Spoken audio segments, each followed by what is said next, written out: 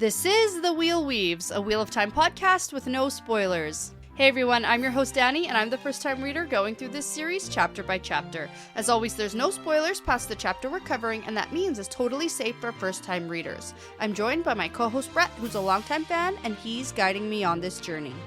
We'd like to thank and acknowledge our executive producers, Brandy and Kirkwood, Sean McGuire, Yanis, LightBlindedFool, Green Man, Margaret, Big C, Bennett Williamson, Hannah Green, Noralia, Geof, Searles, Erik Reed, Greysin, Ishara, Ashlee Bradley, Helena Jacobsen, Matthew Mendoza, and Cyndi. And before we get into things today, we want to give a huge shout out to Daniel Moore, who has just become our newest executive producer level patron. Thank you so much, Daniel, for your generosity and your support. We're super excited to have you as part of our executive producer team. In this episode, we're talking about Chapter 41 of Towers of Midnight. Yeah, Chapter 41 is An Unexpected Ally. Yeah. And if you think about it, it shouldn't be that unexpected. I know. Like, come on. I saw it coming. Come on. I saw it coming. Yeah, okay. They did not. Yes, and things happen. We're going to have to pour one out at some point for, well, I don't even know if we want to. No, I don't definitely know. But for, like, everyone else, probably. Yeah. Okay. Not that guy. Yeah, but stuff happens, and it looks like we got a little bit of a duo going on here. A tree, like, I don't know what to call it, but a temporary alliance. Something. I think it's super temporary, and I don't think that we're the three best friends that anyone ever had. Sure. But the fact that we're like, cool, let's not kill each other. For now. That's all we can hope for. Step in the right direction. Okay, so I figured with the fun fact today, we should talk about the White Cloaks because, you know, White Cloaks. Sure. Yeah, and previously I did a fun fact to put out some real world inspiration for them coming from like the Knights Templar, Teutonic Knights, that kind of stuff. But I got two new neat little real world inspiration points that we haven't talked about before and I didn't know, so it's new to me too. Okay. Yeah, so first one. Up until around 1987, when Robert Jordan was in the process of writing the book, so he hadn't yet released the first one, he was calling the White Cloaks the White Riders. So, ooh, yeah, okay. And then eventually settled on White Cloaks for the common name for them. So it makes me wonder if it was a bit of a play on the Lord of the Rings Black Riders. Black Riders. Which I was going to say, but I also didn't want to take a shot. It was, so. the Nazgul and the Ring Race, the Black Riders ain't got the White Riders. Yeah. You know, equally evil. Yeah. So there you go. So we're going to have to take a shot for that one. Sort of. They weren't actually called that, though. No, but they maybe were gonna. We have to take an almost, like a near shot. Let's almost take a shot and then not take one. Okay. I'm going to almost pour it into your glass and my glass. Well, I wish this wasn't happening. It is, yep. Cheers. Okay, cheers. Oh, that's a way to start the podcast, too. Okay. All right, second one. The White Cloaks are called the Children of the Light. We know that part. Sure. However, you may have also heard of the term Freemasons or Masonry. Freemasonry is one of the oldest still continued organizations in history, and it is the oldest fraternity in the world. So there's a lot of conspiracy theory stuff around Freemasons, including them like running the world, connecting them to the Knights Templar, running the U.S. government, like all sorts of crazy conspiracy, all the good stuff. I'm going to say. Yeah, that sounds good. Yeah, like you can Wikipedia like Freemason conspiracies. Anyways, not the point. I've never even heard of it. Okay, well, I'm sure some people have. Okay.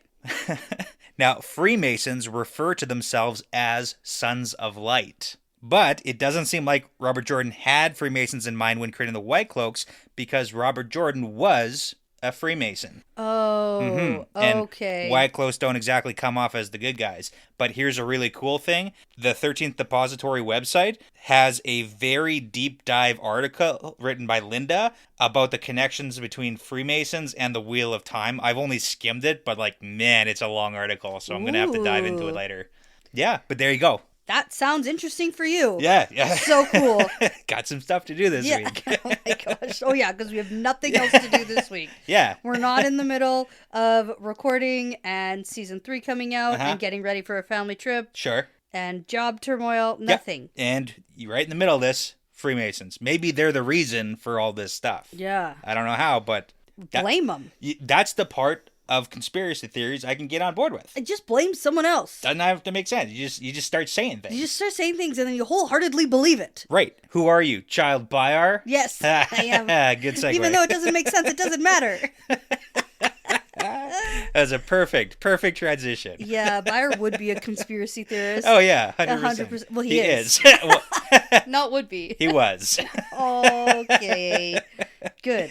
Yeah, spoiler alert, he You know dies what? at It the was end like of the chapter. vindicating. It was like, there are some deaths in this series Yeah. where you go, yes. Yeah. And this is one of them. This is one of them. Yeah.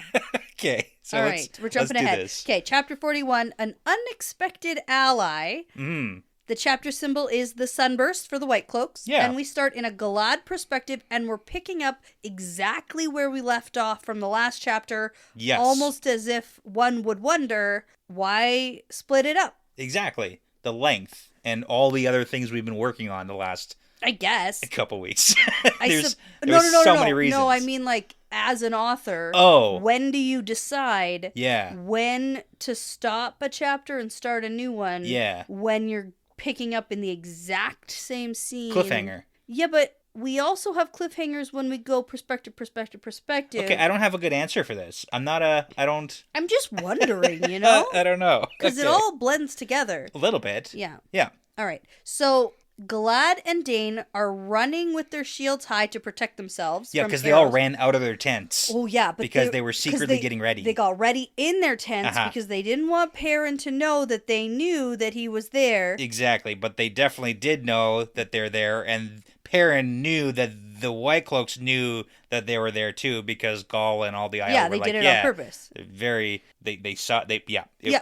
Exactly. Okay. So they're like, oh no, the arrows are going to start falling on us at any moment. Yeah, I feel any so second now." exposed. I'm getting on my horse and I can't put my shield up while I get on my horse. Don't forget, Perrin is 100% here to kill Galad and the White Cloaks. Well, in their head Yeah, and in Barrel-Lane's, that's true. it's a logical move. Right. And I'll leave it at that. Fair. Okay. Now, we start to hear the twang of bowstrings. Yeah, do a bowstring twang for us. How do you think that... Twing. that was a twing, not a twang. Oh, twang. It's good. Okay. What? That's the string reverberating. Yeah. Wow, that was good. Okay. The realism. It's fantastic. Don't ask me to... Pachoo.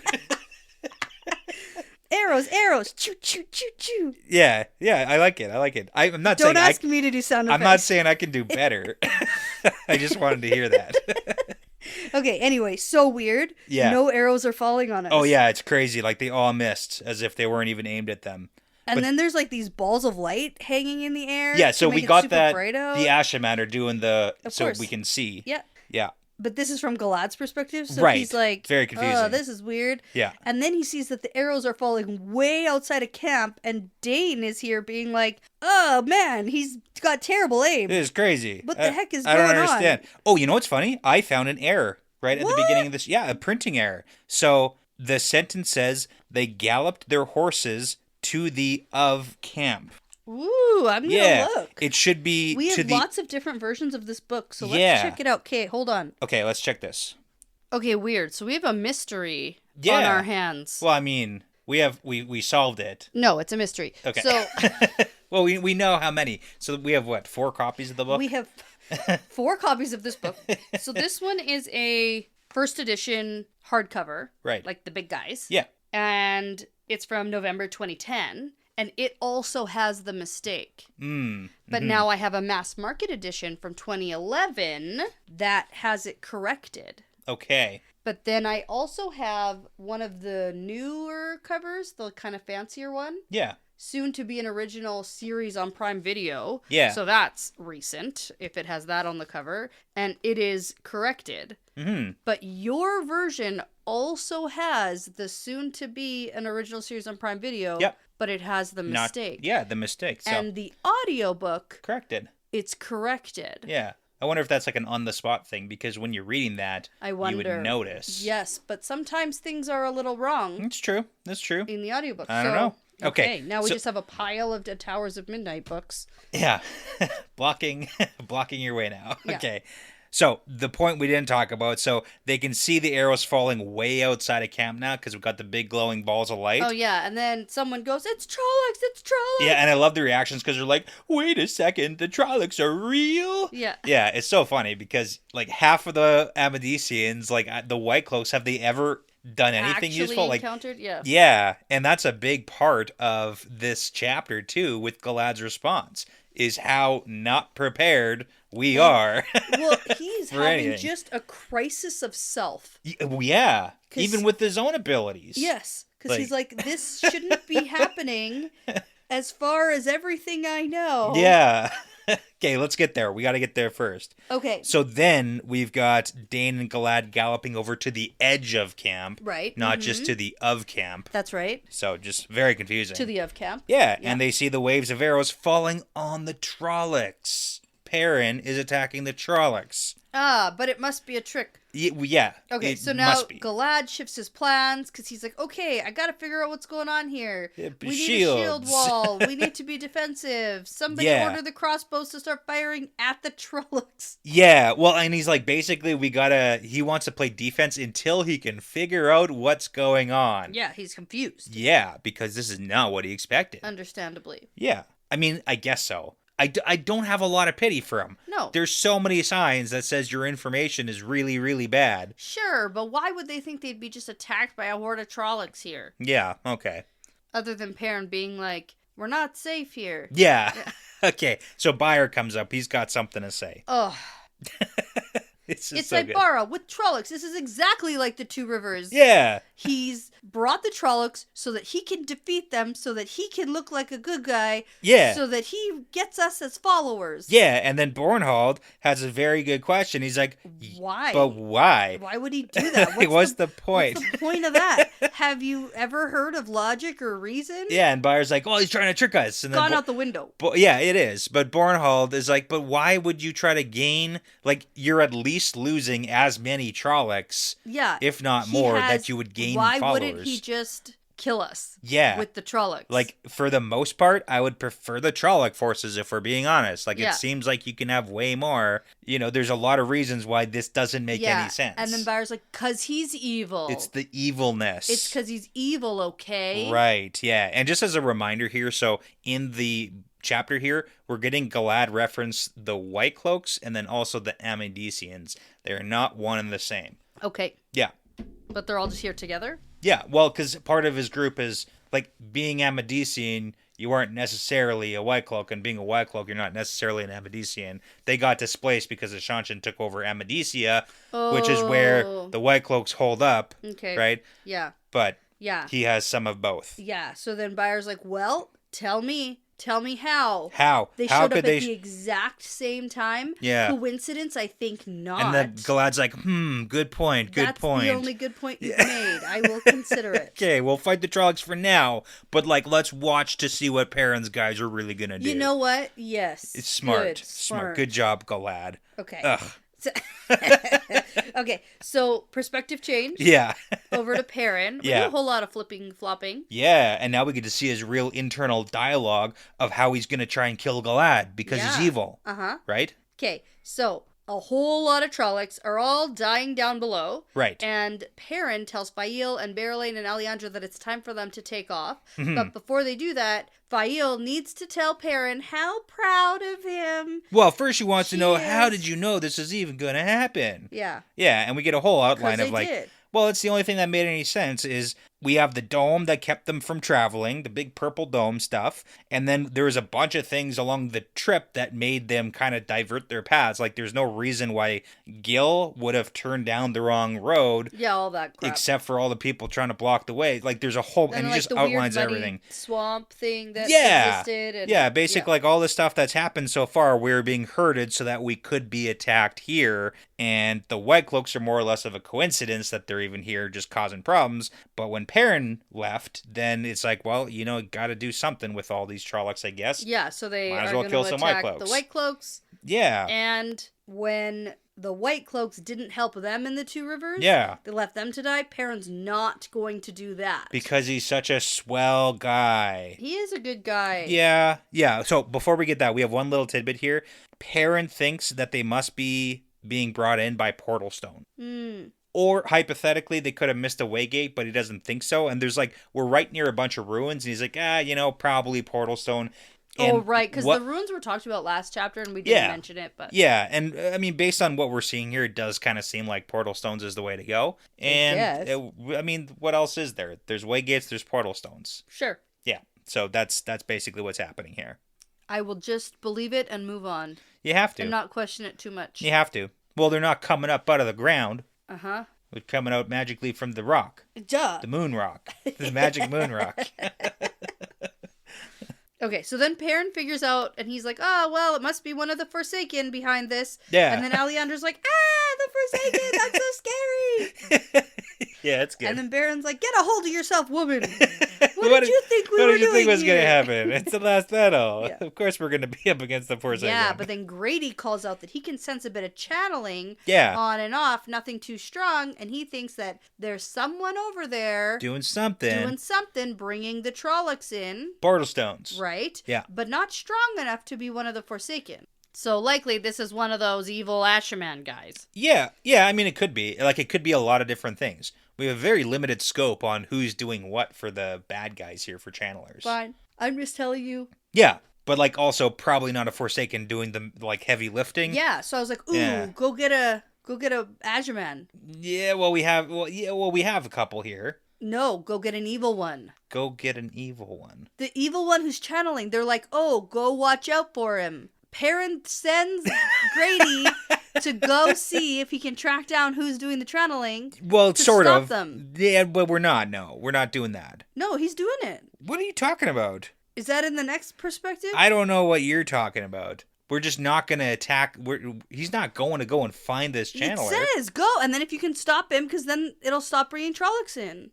Yeah, but we're... Okay, hold on. That's part of this. Hold on. What is happening? I don't know. I'm just confused by what you do. Okay, fine. But Perrin says, watch for him. See if you can take him down. Yeah. And Grady says, yes, my lord. So saluting. we're not actively, like, jumping around trying to find it. It's like, watch for him, and if you see him and can take him down, do that. Okay. Yeah, it's just a little, like, semantics difference here. I thought that maybe we were going to catch sight of someone maybe that we, like a name that we've heard. Yeah. And then we're like, ooh. Yeah, ooh, it's that guy. Yeah, so we don't get any of that. Yeah. But I thought maybe. Okay, that's fair, all. That's all I was trying to say. Fair point.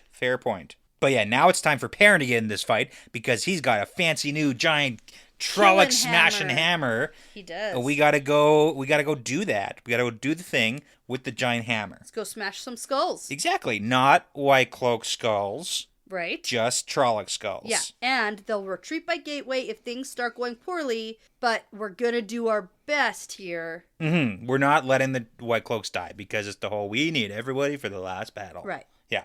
And this is why Fael's like, you're such a perfect guy. What a stand-up guy. I'm not trying to... Okay, I was trying to be a little bit sarcastic there. But no, he's not being a dick about it. We're not going to let Galad and the White Cloaks die. Yeah, which is great. I guess so. And I still have mixed feelings about that, man. Like, I think it's nice.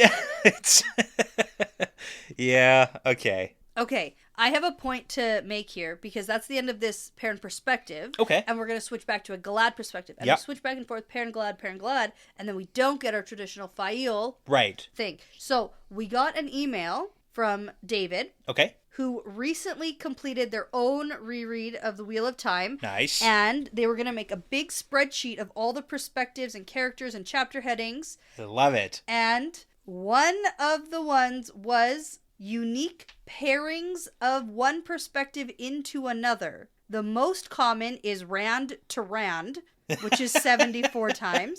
Okay.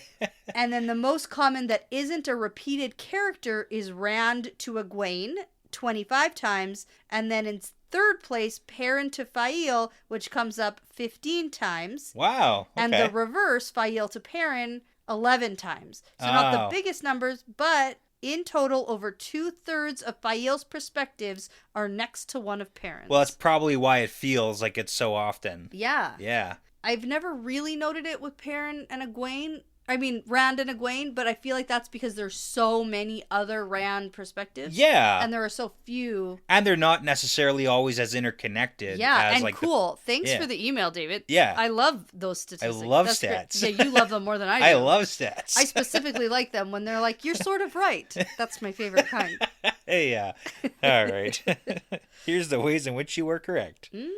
All right. Shall we get back to Galad? Sure. Perspective change. So, Galad is right in the thick of the fighting, and he's Yeah. having a heck of a time killing these Trollocs, and he's, so sore, and His arm is already tired. and there's not even finesse to fighting these monsters. So I actually kind of really appreciate this side of the sequence here. Okay. Because Galad, if we think about Galad, besides like warder training and stuff, Yeah. what kind of actual experience does he really have? He knows that the experience the White Cloaks have in general is basically like killing Nothing. bandits. Yes. Mhm. Yeah, like misfit rabble rousers. Like I don't even know what to say here. Like Yeah. who do you actually fight besides like impoverished like bandits? Like Yeah. I don't know. And sure, Galad is a good swordsman when it comes to other good swordsmen. Yeah, like when you're like fighting. he kills Eamon Valda Yeah. in a sword-to-sword fight. But like killing, like he says here, killing a Trolloc is very different than facing off against like a Blade Master. Yes. Because they're giant hairy monsters who just want to eat you. Right. It's like if an Olympic fencer Yeah. just went into some serious war. Yeah, it's like, yeah, you're really Yeah. good at fencing specifically. Yeah. I don't know how Actually, that translates. I don't actually know how that translates. But like, I at don't all. know how that but translates I imagine. to. Yeah, big giant iron swords trying to like chop people up. Like it doesn't make any sense. So I like that Galad is getting a real dose of reality here because he When it doesn't comes get to enough of actually that. fighting, yeah. He doesn't get enough of that, in my opinion. Okay. Yeah, and his soldiers are doing worse because they're not like Blade Masters like he is. They're getting all boxed in, and the Amadisians are doing super bad too. They're all doing terribly, and he just starts thinking like, man, we've heard stories about Trollocs. We've trained with people who have fought Trollocs. So we got all the Borderlanders who are like badass guys because Sure. they actively fight Trollocs and use tactics to actively fight Trollocs. Sure. But again, Galad and the White Cloaks, Not. no tangible And experience. all of their horses basically get taken out. Yeah, and we actually heard that like way back when with like the warder horses, like a lance horse. Yeah. That like they're specifically trained to not freak out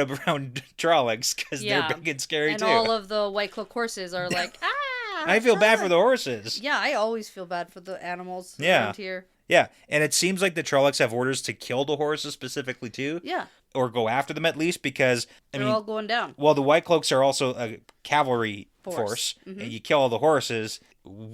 What next?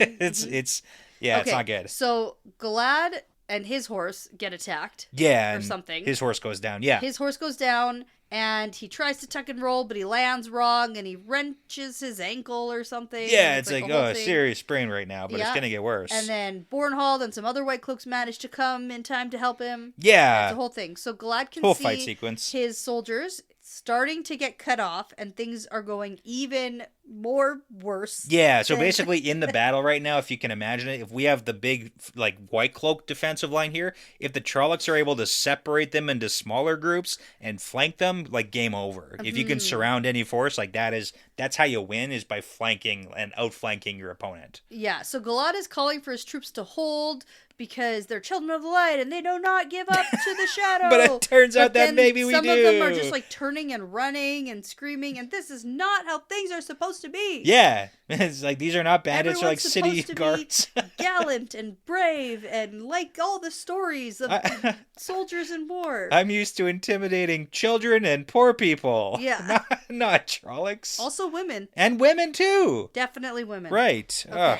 Times are tough, you know? Yeah, so we perspective change over to Perrin, and Perrin's troops are just hammering the Trolloc lines. Yeah, we're actually doing pretty good here. Yeah, and Perrin is slamming his hammer into Trolloc heads and stuff. Now, this is a cool part, okay? Ooh, So what's super happening? weird. What's happening with this power forged hammer? The Trolloc skin is like sizzling and smoking when the hammer hits it. Yeah, it does extra damage, I guess, to, Nice. a little bit of fire damage there. Very cool. Yeah. Now, Arganda and Galen are having a great time. Yes. Yeah. They're like, we don't even feel a little bad about killing Trollocs. And Yeah. oh man, the adrenaline. And Well, I and just it's love always fighting. good. It's always good when you get to kill things, I guess, when there's no like remorse at all. Like they're not people. Yeah. They're not your neighbors in different countries. Yeah, because they're like, we felt kind of bad about killing the White Cloak.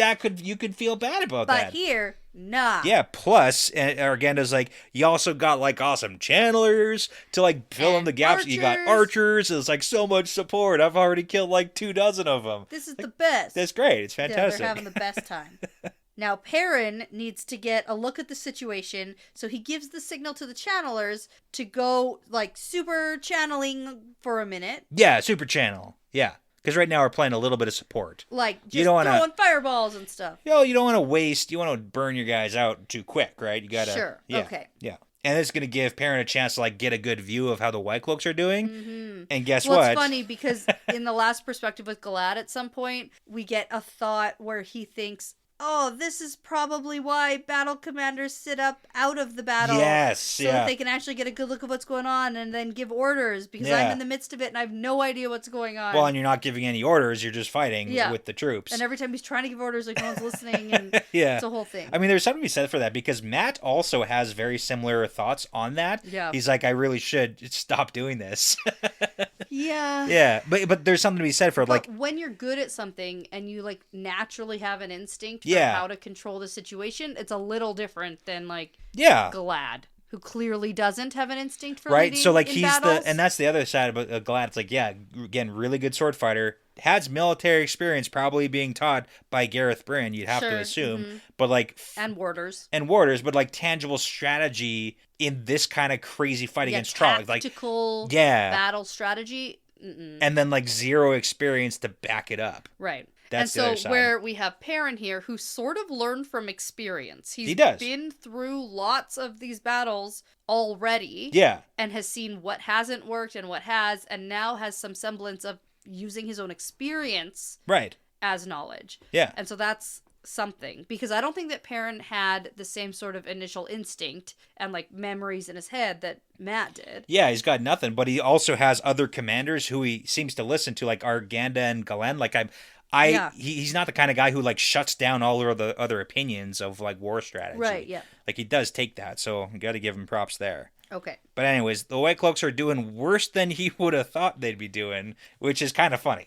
Worse than expected, even. Considering how eager the White Cloaks were to wage this war against Perrin and his group. Well, because they thought they were going to be fighting a bunch of farmers. Oh, idiots. Perrin's people are a bunch of farmers, like barely any real soldiers even. Come on. That's dumb. Okay. They did not sign up to fight actual people who know how to fight. Right? Oh my gosh. Yeah. Okay. Now, Perrin points this out, and Galen is like, yeah, they kind of suck. Yeah, this is going bad for them. And then Perrin says, I'm going to have to go help them.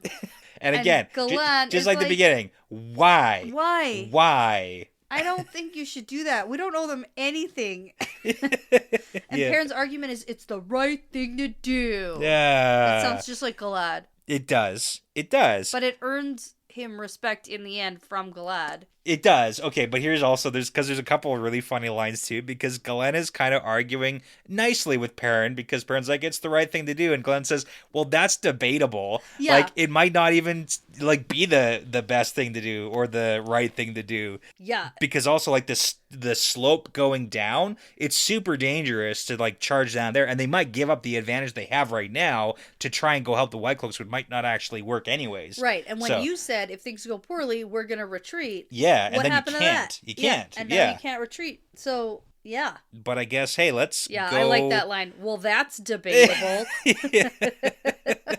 Basically, there's two schools of thought. Yes. Yeah, but I mean, I guess we're going to go save the White Cloaks now, so. Well, Perrin is like, we're doing it anyway. Let's go. Hooray, okay. I guess. Yeah, so jumping back into Galad's perspective here, we've got him still fighting, still doing bad, fighting, barely holding ground, and this is where, like, all split up, chaos. It's just nuts. It's just not good. It's even nuttier than regular battles. Well, yeah, but it is though, and that's the White Cloaks are so ineffectual. Ineffective and ineffectual, and is ineffectual a word? I think so. I'm pretty sure I've said it before. That doesn't make it a word, but I'm pretty sure I've said it before. Okay. Yeah. Okay. I would say ineffective. Bad. Yeah. They're doing bad. They're doing bad. This strategy is bad. Okay. So then something catches the Trollocs' attention. What? And this is kind of interesting. So Galad hears a couple of the Trollocs in front of him seeming to speak to each other in a guttural, snarling language, and he didn't know the Trollocs could talk. To each other. Or at all. Okay. Yeah, so he's like disgusted, but also intrigued by it. He's like, what am I looking at here? What's going on? But something has their attention, and it's Perrin. Perrin and his gigantic force. The arrows are falling down on Yeah. them, and a huge cavalry charge comes crashing down the hill into the Trollocs. And I love Galad seeing Perrin charge down. A huge monster of a man Yeah. with his gigantic hammer and his wolf head banner. Someone's riding behind Perrin. This is the flag bearer. His job is to carry the flag. Yeah. Yeah. And I imagine Galad with like big sparkly eyes looking up at Perrin like, whoa. Yeah. That's what I want to be like. Well, no, I think he's like, oh my God, what's going on Well, here? and, Perrin's a big dude with a gigantic hammer now. And a beard. And a beard. Uh-huh. Yeah. And as Perrin's forces are smashing into the Trollocs, Galad calls out to the White Cloaks, push, let's go! Let's do it too. Let's get them. Let's do it to it. Yeah. That's what he's saying. Yeah. Teamwork makes the dream work. I can see him being the one who shouts those kind of slogans. Yeah. So we also have Dane and ToM who are like coming nearby because we're going to have them in the picture in just a second here because okay. now we've got more that chaotic fighting. Yeah, there's a lot of fighting here, but Galad's already injured ankle is now going to give out. Ugh, terrible timing. And then he's pinned underneath the body of like a dead Trolloc or something. Yeah, and then like another one is coming, and we have like this scramble scene where I think Dane and ToM are trying to like make their way to Galad before he gets like killed by another Trolloc. But then we've got Perrin. It's very cinematographic. It is. And then we got Perrin coming in and jumping off his horse and like smashing a Trolloc and like saving Galad. It's pretty cool. Like I like the scene. Yeah. It's and just then finally Dane is gonna make it over. Yeah. To help Galad, and then Perrin tells Galad to get on his horse. Yeah, I know.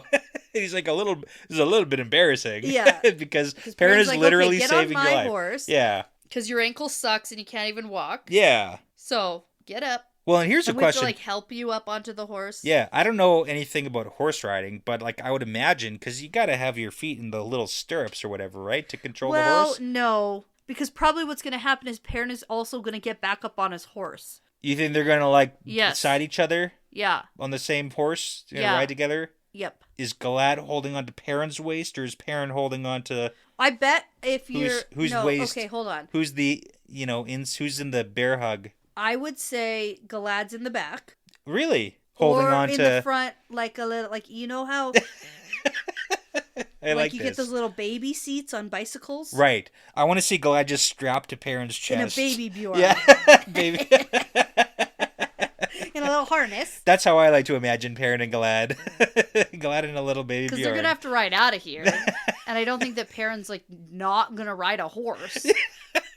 Okay. But on the flip side, I do think that even with a hurt ankle, Galad could probably manage to ride a horse. Just can't run around on it right now. He just can't run around. Okay. And even if he doesn't use the 1 foot, like I feel like he still knows. He knows how to ride a horse. Sure. Yeah. I told you. I prefaced this by saying I don't know anything about riding horses. Yeah, you know nothing. Yeah. I've at least been on a horse. One could say I've never even been on a horse. Yeah, I have been. Yeah. A couple. Okay. At the same time, like. Nope, just a different different times. Different times. Good. Okay. Done a little trail ride. Yeah. Okay. Yeah. Hey, well, I was on one of those sleighs behind a horse. That kind of counts. That does not count. Kind of counts. No, you just saw the back of a horse's butt. Yeah. You saw a horse pooping as you were riding in a sleigh. Ride. Yeah. That is much different. Okay, back to it, because we're in the middle of a fight scene. This is very serious here. Okay, so Dane is helping Galad get onto Perrin's horse. Galad is feeling a little bit embarrassed here about the situation. But the tide is turning in their favor. Yeah, we're starting to win because Perrin has joined the fight. So... And even some of the Trollocs are leaving. Yeah, well, because... Abandoning fight. Yeah, because now there's like an actual army here that can fight Trollocs because they've fought Trollocs before. Right. And even the Two River Farmers, they all have Trolloc killing experience. Okay, so here's my incredulous thoughts for the chapter. Go, yes. Having a full-on conversation in the middle of a chaotic, crazy, blood-soaked battle. Yeah, they cleared a little circle. They got a couple seconds. Always makes me go, what? Yeah, right. Well, you've just never been in a battle before. And it's one thing to, like, call out to each other, how's your leg? Get on my horse. Let's go. Kind of thing. Sure. I imagine. Yeah. But then to be like, I assume you think that saving me will influence my decision about your judgment. Okay, yeah. No, I do like this because Perrin's response, he's like, yeah, it better. It's like, that's a fair response from Perrin. Yeah. I thought it was funny. I didn't expect that. Yeah, it is pretty good. It is pretty good. Because I thought Perrin would be like, I don't care what you say or do. Yeah. And Shut up. Now? Yeah. Yeah. I thought Perrin would be like, it matters not. Yeah. You know? Like, I can see him saying that too. Yeah. Because it's Perrin and he makes bad decisions. Your opinion is nothing to me. Yeah. Like, who cares right now? I will abide by the terms we've already agreed to. I didn't do that for this purpose. I did this because it was right. It was the right thing to do. And Glad's like, I love doing the right thing too. Yeah. So maybe they are going to be the best friends. It had better. Almost like threw me off. I was like, oh, I didn't expect that from Perrin. Yeah. I expected a little him bit. to be like, who cares? Yeah. I did this because it was right, not because you're going to change your judgment of me. Yeah, I get that too. Okay. Well, then Glad tells Perrin that the other White Cloaks thinks it's super suspicious. This is like the whole conversation they're having right now. Yeah. Oh, Perrin, it's so suspicious that you arrived here right before the Trollocs. Yeah, and Perrin's like, they can think what they want. That's true. That is, and technically, it is sort of his fault that they're here because this trap was for Perrin, not for the White Cloaks, because no one cares about you, Glad and the dumb White Cloaks. Right. Yeah. And so Galad is starting to have a change of heart on things and is like, okay, well then does that make us allies? It's like, yeah, man, maybe in this fight it does. So be it. Yeah. And he does trust Perrin because Perrin's such a straight shooter, see? Yeah. He can get on board with that. And then he goes, I name your punishment here, right now. Yeah, and Perrin's like, what? Yeah. Like now? Really? And okay. then Galad announces the punishment is he has to pay a blood price. Yeah. To the dead Children of the Light's families. Yeah. Of 500 crowns. Yeah. And that's fair. And also orders Perrin to fight in the last battle with all his strength. All the strength he can... No, all the strength he can muster. Oh. That doesn't mean all of his strength. It's just everything he can muster. Mm-hmm. Yeah. Mm-hmm. Well, now, because Galad said that, if Perrin does a lot of really great things at the last battle, Galad can be like, he's doing that because I told him to. Right, he gets credit for it. Oh, man. I ordered him to do those cool ordered things. him to do it. So, really, that's a win for Galad, you see. Yeah, I understand your point. I accept that. Okay. Yeah. Do this, and I'll pronounce you cleansed of your guilt. Yeah. Right. I guess. And Perrin's like, okay. Yeah. Fine. Or he can be like, you didn't really muster enough at the last battle, I don't think that was all the strength you could have mustered. Yeah, I think there was a little bit more. Mustard? Yeah, but I mean, Perrin agrees to it, and then we go for the handshake, and... Then... Oh, yeah, okay. Someone moves in behind Perrin and is like, creature of darkness! I love it. It's so dramatic. And it's freaking Buyer. Who is trying to murder Perrin. Can you believe it? I can believe it. That's been his entire thing this whole time. Yeah, since book 1. Yeah, literally. Uh-huh. From the beginning. From the very beginning. Well, because, see, Perrin's a dark friend, see? Yeah. Yeah, it's his eyes and Creature of darkness. Creature of darkness, yeah. And then both Perrin and Galad are too slow to react. Because they're in the middle of an almost handshake. A whole conversation. Yeah. And it's Dane Bornhald who, I guess, smashes with his sword. He stabs him with his sword? Yeah. I guess he doesn't have an axe. That's true. Yeah, sword. Stabs him. Stabs him. Yeah. Stabs him. Stabs by real good. Saves Perrin. What a twist. And then Dane is pretty shocked by what he's done. And he's like, well, it wasn't right to strike a man in the back after he saved us. Yeah. So, okay, here's the thing. Galad's like, you did the right thing. But then he's like, Buyer was a great officer. He was unpleasant. He gives a little freaking he was unpleasant. eulogy. Yeah. Like we're still fighting. Yeah. We're still going on a bunch of stuff. Buyer just tried to kill Perrin, and Dane kills Buyer. He's on the ground, probably still bleeding out. He's probably not actually dead yet. He's probably just almost dead. Yeah. Like, I assume it takes a... We're literally eulogizing. Yeah. You googly. Okay, if you can use the word eulogizing, I can use the word that I used, which I can't remember what it was now. Ineffectual? Ineffectual. Okay. I think eulogizing is a word, though. Yeah, sure. Yeah, but we are definitely, because he is dying on the ground.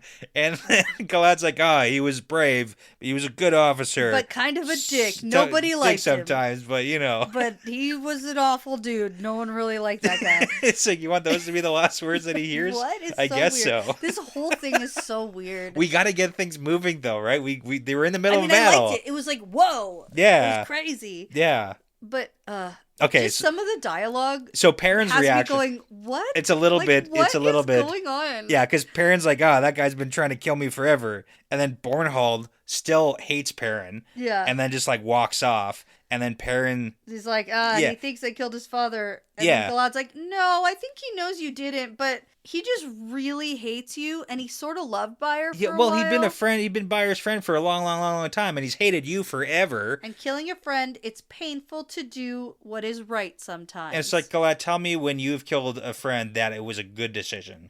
Like, was it all the warders that you killed during the coup? That wasn't Galad. Galad wasn't there. Yeah, Gawain. It was Gawain. Yeah. What are you talking about? But, okay, like, when has Galad ever had to kill a friend? I don't know. I haven't seen his whole life journey. I'm just... He had to kill Valda. How does he know? Was that a friend? Again, like, pick your friends better. Well, is Bornhold friends with Byre? Are they friends? I mean, yeah. No. Probably. No. Bornhold and Byre, yeah, they were, for sure. Maybe Geoffram. BFFs. No, they've been together forever. No. Forever. Not friends. Not anymore. Byre's dead. Right, okay, so then the chapter ends. Yes, yep. With it being time for Perrin and Galad to get back to the fighting and finish off the Trollocs? Yeah, yeah. So here, we're not going to Baby Bjorn it. We're going to have Galad on the horse, and then Perrin is going to stay close by. Oh. On the ground with his hammer. Okay, but I figured at some point. For sure. Like to get back up the slope. Even if it doesn't happen that way. That's how we're picturing it. That's how we're going to picture it now. Mm-hmm. Yeah. Mm-hmm. Okay, so bye, Byre. Yeah. Bye-bye. See you later, buddy. Bjorn. Baby Bjorn. Baby Bjorn. Missed it. This whole time we could have been saying it. Gosh, that's too good. Oh, man. Okay. Okay. Full of fighting. Yeah, very action-packed little chapter. It's a fun one. I like it. Because you know what? I was waiting for someone to die, actually. Right. Because it feels like in a type of battle like this, someone should die. There's a bunch of no-names just all dead everywhere. Uh-huh. And then a bunch of people we care about all just somehow make it out. For sure. So it's nice that Byre is the one who dies, and it's not even from a Trolloc. Yeah. No, that makes it better. Does it? I actually would have liked it better if like a Trolloc ripped his head off or something. Really? Yeah. Oh, okay. I think that would have been I like how you went with Trolloc rips his head poetic off. justice. Is it? I feel like having your friend kill you because you're an idiot. That feels worse. Now I feel bad for Dane. Well. And I wish I didn't have to feel bad for Dane. Dane's it's kind of like how I felt bad when Tylan died. And I was like, oh, not like this. Oh, shoot. Okay. Yeah. I don't know what like, you want. Like, I wanted Tylan dead, but I didn't want her to die like that. What do you want here? I don't know. I just said, a Trolloc ripping his head off. Right, okay. Well, next episode, we're doing one chapter again because we're doing short ones right now because we're going on vacation. So and it's the show. And it's a show. We got things going on. We got life stuff is crazy and again. Things, and we love it. We love it that way. Yeah, okay, we sure. sort of do this to ourselves, so we must love it. Oh, yeah, no. Well, okay. Would you prefer that we sit around and do nothing all the time? I mean, that's pretty Sounds nice. Terrible. When we get to do nothing, it's pretty great. Terrible. You have to admit. Okay, well, before you go ahead and do the right thing by saving all the people who are bad at fighting, I'm going to say that this is part of the pattern now. Yeah, it's part of the pattern.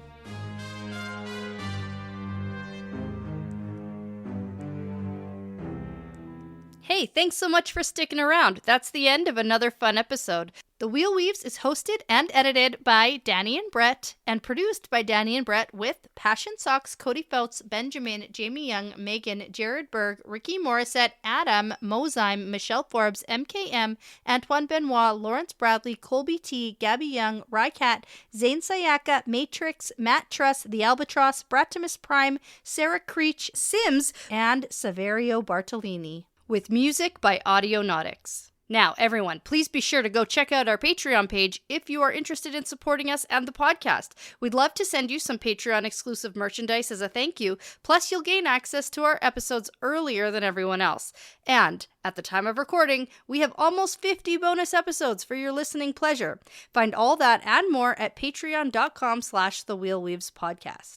As always, please be sure to give us a 5-star review because it really does make a huge difference in helping other people find us. And be sure to tell a friend, Riyadh, because referrals really are the best compliment. For general information about our show, like how to send us shot glasses, how to join our Discord, and how to get in touch with us, visit thewheelweavespodcast.com. Thanks again for listening. This really is part of the pattern now.